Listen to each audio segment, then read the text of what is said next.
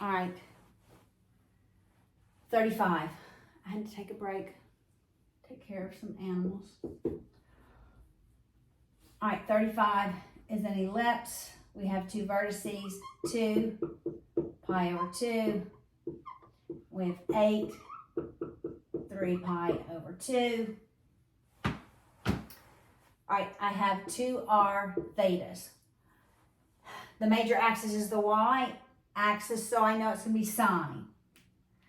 So I know that it's going to be r equals ed over 1 plus or minus e sine theta. I'm going to use both of these. One of these will not make sense. Your eccentricity has to be positive. If I use plus and I get a negative eccentricity, that tells me it's wrong. If I use minus and I get a negative eccentricity, it tells me that one's wrong. So that's what tells me which one to use. All right.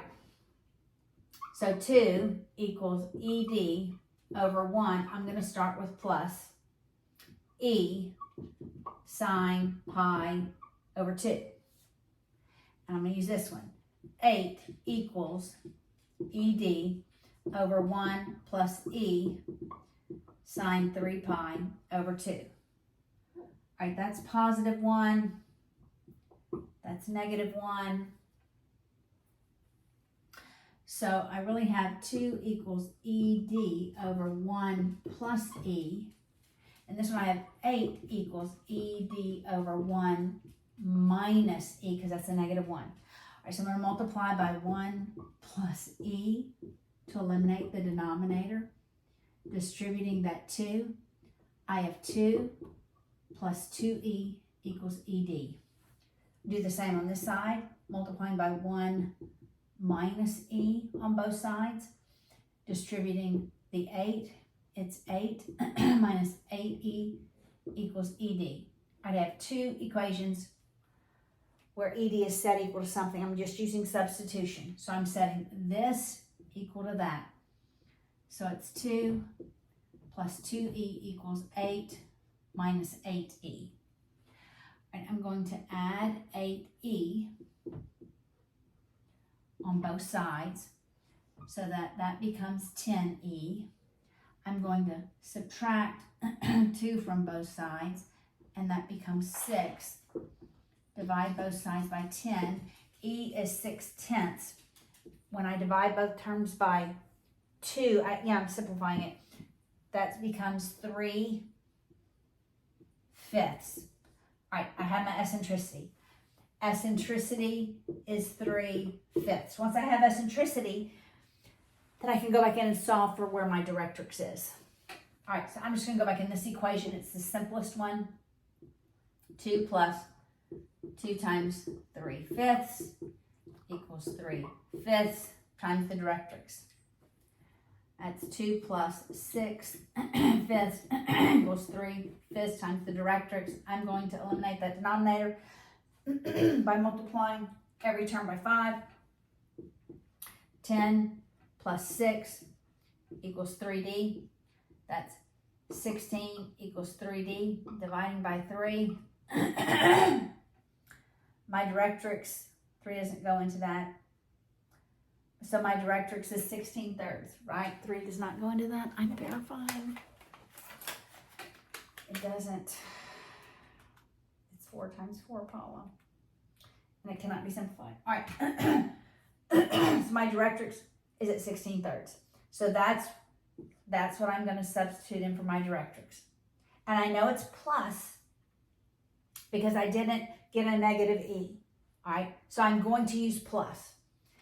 So r equals, the value of e is 3/5.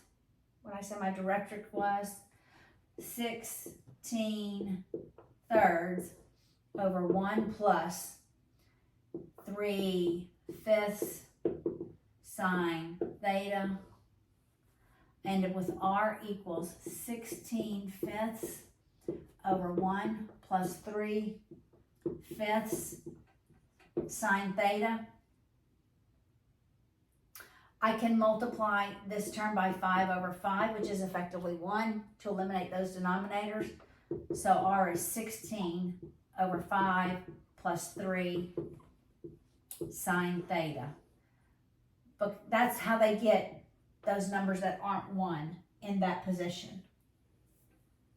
That's why we have to divide them out to know the eccentricity. All right, that's 35. 37.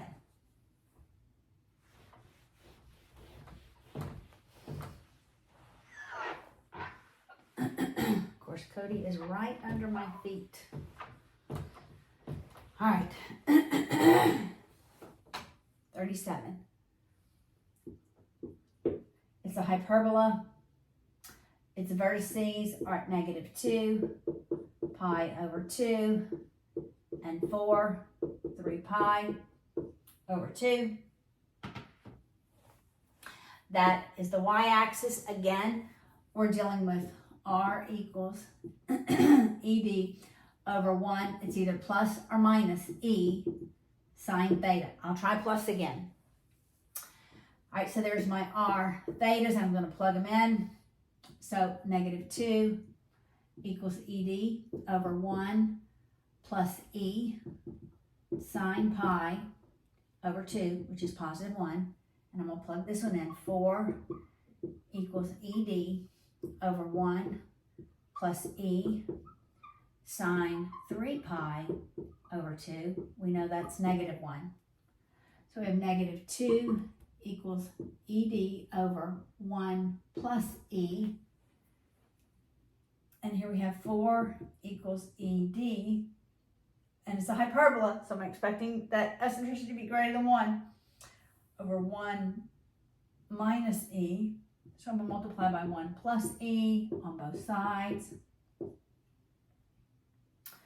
That eliminates the denominator, distributing the -2. -2 minus 2E equals ED. Multiply this term by 1 minus E. Distributing the 4, we have 4 minus 4E equals ED. I don't think this one's going to work. So then I set these two together, -2 minus 2E. Maybe it'll work. Maybe it will work.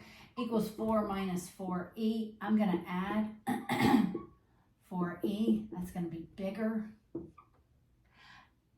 And we end up with 2E. It's going to work. Positive 2 equals 6.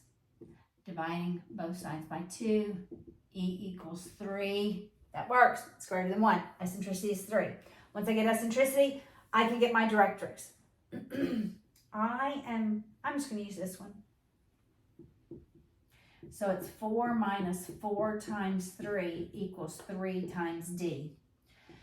So that's 4 minus 12 equals 3D. So the directrix is, goes down from the y-axis. It's going to be negative. So it's -8, right? -8 equals 3D. The directrix is at -8 thirds. All right, so it works. I'm going to plug those into the plus. We have R equals 3 times -8 thirds over 1 plus 3 sine of theta. The 3's eliminate. R is -8 over 1 plus 3 sine theta.